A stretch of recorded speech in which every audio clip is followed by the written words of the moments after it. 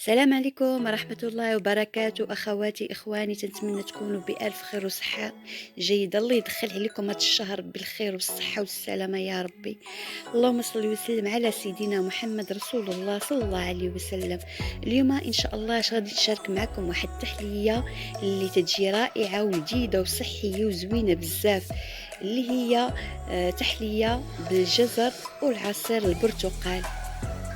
تنبداو على بركة الله. بسم الله. بالمقادير: عندي 6 من الجزر، وعندي 1 فانيل، وعندي معلقة صغيرة ديال قشور البرتقال، وعندي 3 الكيسان كبار عنبة ديال عصير البرتقال، وعندي نشا 3 المعالق، وعندي 4 المعالق ديال السكر حبيبات.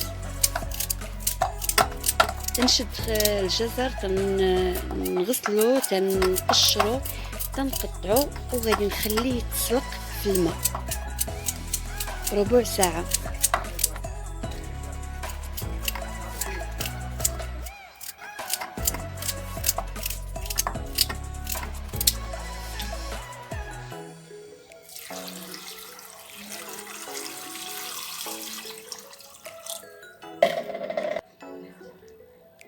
هنايا تسلق لينا الخيزو ديالنا، وغادي نديرو في طحانة، وغادي نضيف عليه كاع المقادير اللي ذكرت، وغادي نطحنهم. غادي نطحنهم مزيان. بالنسبة للعصير عبرت بالكاس ديال العنبة 3 الكيسان ونص.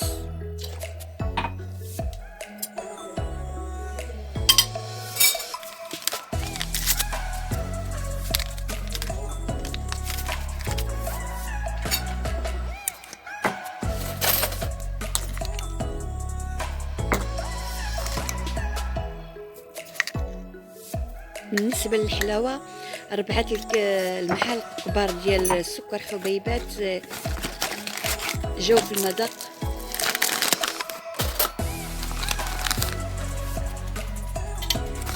وهنا ضفت 3 المعالق كبار ديال النشا مايزينا، وغادي نطحن الجميع المقادير كلها.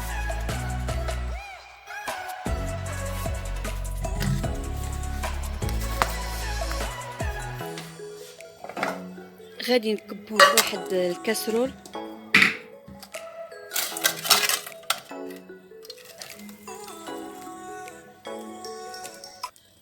وغادي نديرهم فوق النار يطيب مزيان حتى يولي الخليط ديالنا خاتر ثقال شويه. نبقى مستمره على التحريك.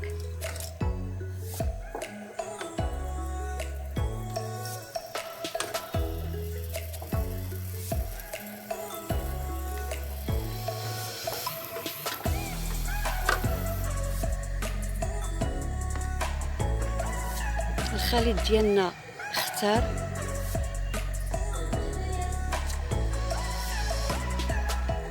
غادي نخليه يبرد واحد شويه، وغادي نصبو في الكيسان.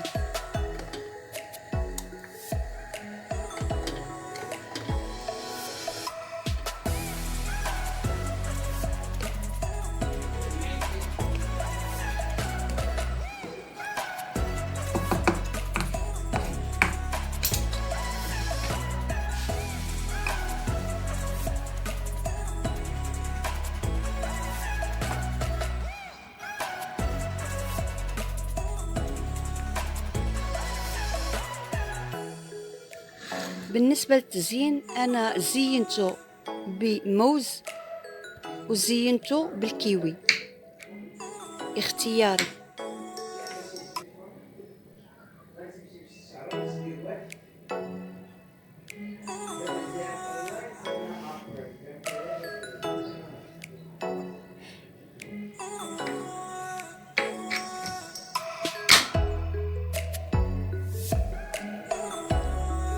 بالنسبة لهاد التحلية صراحة تجي رائعة وجيدة بزاف، تعشقوها.